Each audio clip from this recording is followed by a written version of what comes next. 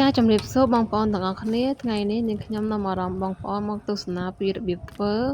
ស្ងោរល្ហុងជាមួយនឹងជើងជ្រូកចែកជូនបងប្អូនទស្សនាទាំងអស់គ្នា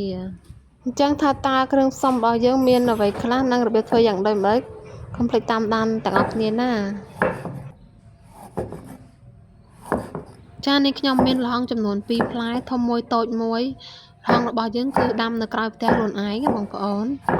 ចាគឺខ្ចីល្អចាយើងចិត្តសម្បកឲ្យស្អាតលាងទឹកឲ្យស្អាតមក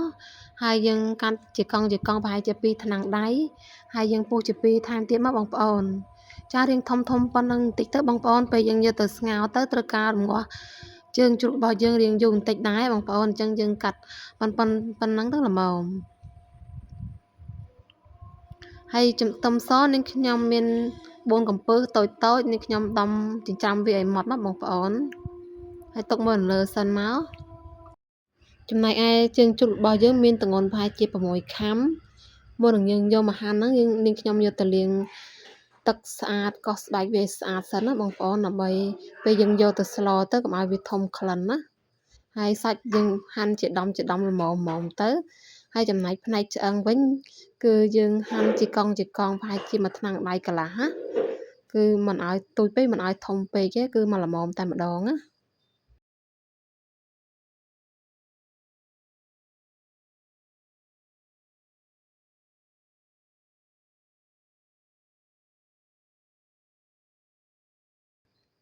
ចំណែកស្លឹកខ្ទឹមវិញមានចំនួន3ដាំនាងខ្ញុំហាន់ជាល្អិតអញ្ចឹងមកដើម្បីទុករោយពីលើសម្លរបស់យើងឆ្អិនហើយណាចាឥឡូវយើងចាប់ផ្ដើមស្លតែម្ដង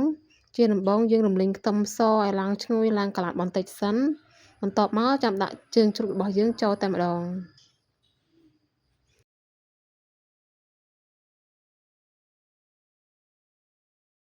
ហើយយើងរំលីងជើងជ្រូករបស់យើងឲ្យឡើង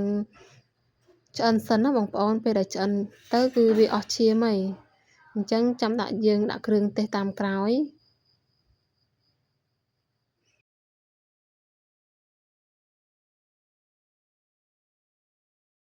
នេះខ្ញុំដាក់ប៊ីចេងកន្លះស្លាបព្រាបាយស្ករក្រហម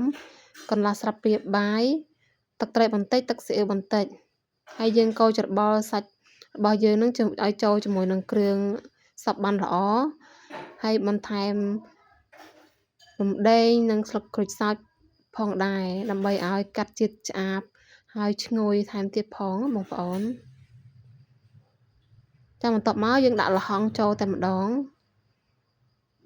ល្ហុងនេះគឺជួយឲ្យសាច់របស់យើងឆាប់ផុយដែរបងប្អូនប៉ុន្តែយើងត្រូវហាន់រាងធំប៉ុណ្នេះខ្ញុំមកដើម្បីពេលយើងរំងាស់យូរទៅវា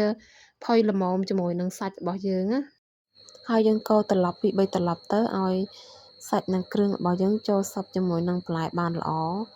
ហើយយើងគ្របទុកប្រហែលជា2-3នាទីសិនទៅដើម្បីឲ្យចូលជាតិបានល្អណា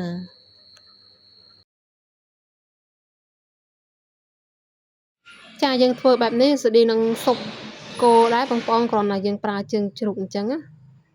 ហើយយើងដាក់ទឹកមកល្មមនឹងសាច់នឹងបន្លែរបស់យើងទៅបងប្អូនហើយណាមួយយើងត្រូវការរងាស់រៀងយូរបន្តិចដែរបន្ទាប់មកនេះខ្ញុំបន្ថែមអំបិលកន្លះស្លាបព្រាបាយហើយយើងកូរសម្លរបស់យើង2-3ត្រឡប់ទៅបងប្អូនដើម្បីឲ្យអំបិលរបស់យើងរលាយបានល្អហើយយើងបន្តរងាស់សម្លរបស់យើងចោលមកស្រក់ទៀតទៅបងប្អូនតម្រាំទៅវាផុយល្អហើយបងប្អូនអាចភ្លក់មើលទៅស្ទើរអីថែមនំទៅណាតាមចំណង់ចំណូលចិត្តបងប្អូនណាចំណែកស្លរបស់យើងគឺឆ្អិនហើយបងប្អូនរសជាតិក៏ល្មមឆ្ងាញ់តែម្ដងចាគឺថាជះក្លិនឈ្ងុយតែម្ដងណាហើយបងប្អូនអាចសាកវិធីធ្វើដូចនាងខ្ញុំគឺធានាថាឆ្ងាញ់តែម្ដងហើយបងប្អូនអាចហូបជុំក្រុមគ្រួសារបងប្អូនយើងគឺធានាថាឆ្ងាញ់ហត់ទឹកសម្លក្តៅសម្លឆ្ងាញ់ទៀតគឺស្បៃរីករាយតែម្ដងណាចាចុងក្រោយយើងដួសដាក់ចានរោយស្លឹកខ្ទឹមពីលើឲ្យឈ្ងុយទៅរួចជាការស្រេចអរគុណបងប្អូនដែលតាមដានវីដេអូខ្ញុំកុំភ្លេចជួយ like ជួយ share និង subscribe channel អ្នកមួយផងណាដើម្បីទទួលបានវីដេអូជាច្រើនបន្តទៀតពីរបៀបធ្វើម្ហូបខ្មែររបស់យើងបើមានកំហុសខុសឆ្គងត្រង់ណាសូមអធិស្ឋានផង សូមអរគុណសូមជម្រាបលាជួបគ្នាវីដេអូក្រោយបាយបាយ